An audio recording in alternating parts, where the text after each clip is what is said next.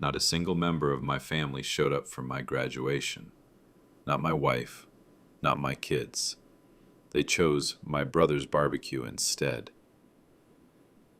But as I walked off that stage, my phone buzzed with a message from my wife that would ignite a fire within me. We need to talk, urgently.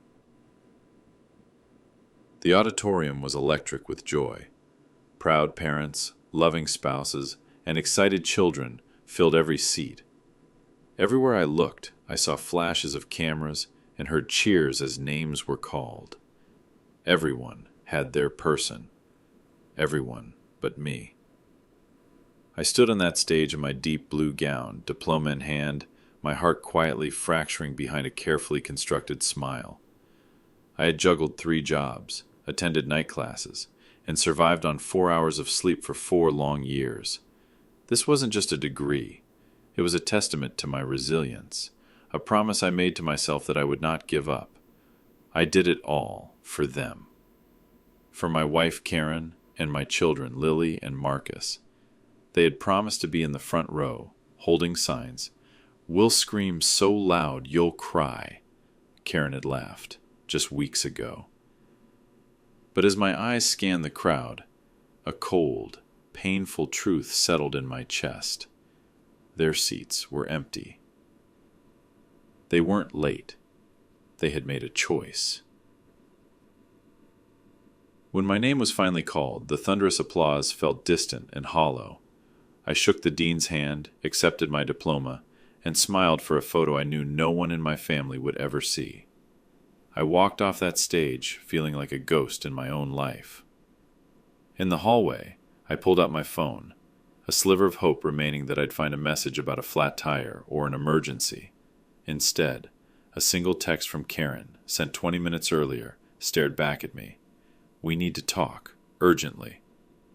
My fingers trembled as I unlocked the screen to reveal the next message. "I didn't want you to hear it from someone else, but I'm at your brother Ethan's place. We've been seeing each other. I didn't want to ruin your day, but I couldn't lie anymore." The world tilted, my breath hitched. She hadn't just chosen a barbecue over my graduation. She had chosen my brother over me. My wife, my kids, my entire family. They had chosen him. I looked back at the doors of the auditorium, at the echo of an applause that was never meant for me, and in that moment, something shifted. There was no rage, no screaming, just a single, quiet thought, forged in the fires of betrayal, sharp and clear. This is not my ending. This is my beginning. I walked out into the crisp air, diploma in one hand, phone in the other. The sounds of joyful families celebrating surrounded me, a stark contrast to the silence in my own world. I stood in the sidewalk and reread the message. Didn't want to ruin my day. He'd forgotten he had a father. My own parents were there, raising their glasses, beaming. It was as if I never existed. I swallowed the lump in my throat. Then, a glitch in the matrix. For a split second, a deleted photo of Karen's appeared. I took a screenshot. There she was, wrapped in Ethan's arms, kissing him, wearing the very dress I had bought her for Valentine's Day. The betrayal was a physical blow, but instead of tears, a profound clarity washed over me. I drove home, to the empty house we had built together. It was cold and silent, a museum of my own naivety. I sat at the kitchen counter, opened my laptop, and pulled up 2 files, a meticulously maintained spreadsheet and a scanned copy of our house deed. Karen always teased me for being nerdy with money. She had no idea that for years I had logged every transaction, tracked every account. I had created a secondary LLC a year prior, quietly diverting a portion of my income into it, a safety net she never knew existed. She thought she had emptied our joint savings that morning, but that was just the surface. The real foundation of our finances was somewhere else, somewhere untouchable. Karen had made her choice. Ethan had made his, but they had made one fatal miscalculation. They underestimated the quiet man. I had spent 4 years learning to build a future. Now I would protect it. For 3 days, I was silent. I didn't answer Karen's texts or Ethan's audacious calls. I worked. In the quiet of my home, I wasn't mourning. I was strategizing. Every ounce of their betrayal became fuel for my resolve. On Friday morning, I sent a single, anonymous email to the HR department at Ethan's firm. Subject: Urgent, conflict of interest, and internal misconduct. Attached were the screenshots of the affair, time-stamped copies of company expense reports Ethan had falsified to fund his secret life with Karen, and a forwarded email from Karen's own account. Don't worry, he's clueless. I'll use his graduation as a distraction and clean out the joint accounts next week. By Saturday night, the first domino fell. Ethan's LinkedIn status changed to open to work. On Sunday morning, I met with my lawyer, James. Are you sure about this?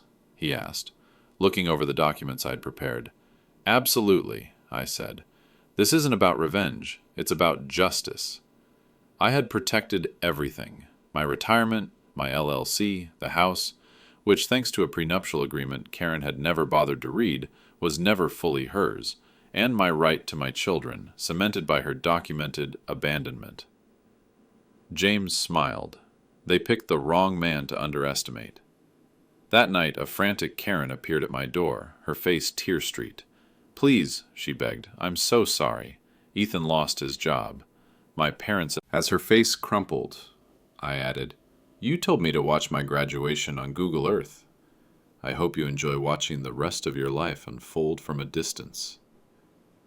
Then I closed the door.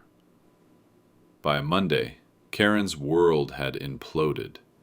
She tried to access our joint bank accounts only to find them frozen. Her credit card was declined.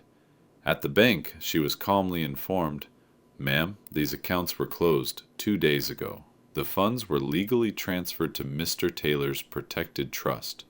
I'm his wife, she shrieked. Ex-wife, the clerk gently corrected. He filed for divorce this morning. Humiliated, Karen stormed out, only to find her car, leased under Ethan's now terminated company benefits, completely disabled. She sat on the curb dialing Ethan, but he couldn't answer. He was being interrogated by his company's legal team. That night, I received a video from a blocked number. It was Karen, sobbing in a cheap motel room. Please, can we talk? I made a mistake. You were always the stable one. I didn't reply. I forwarded it to my lawyer, and for the first time in a very long time, I slept soundly. The divorce was swift. Karen lost everything. Rights to the house, custody of our children due to her emotional abandonment, and any claim to my assets. Ethan was under investigation for embezzlement, his reputation in tatters. Karen ended up moving in with her mother, the same woman who once told me I was lucky to have her. The final letter I received from her ended with, I never knew you were capable of this. You were always the quiet one. I smiled. She finally understood. Quiet doesn't mean weak. Quiet means watching, preparing, and knowing exactly when to act. 6 months later, I stood in that same auditorium, this time in a tailored suit, shaking the dean's hand as he presented me with a gold plaque, Outstanding Non-Traditional Graduate of the Year. A news reporter waited to interview me. My story had gone viral. Someone had posted a photo of me walking across the stage alone, juxtaposed with a photo from the very next day of me standing beside a charity banner, supporting Forgotten Fathers, a foundation for men who build others up. The story of the quiet father, abandoned on his graduation day, who fought for his children and then started a non-profit to help other men in similar situations, had captured the nation's heart. Karen tried to spin her own narrative online, but the screenshot of her "We need to talk" text was already a meme. Ethan was still job hunting.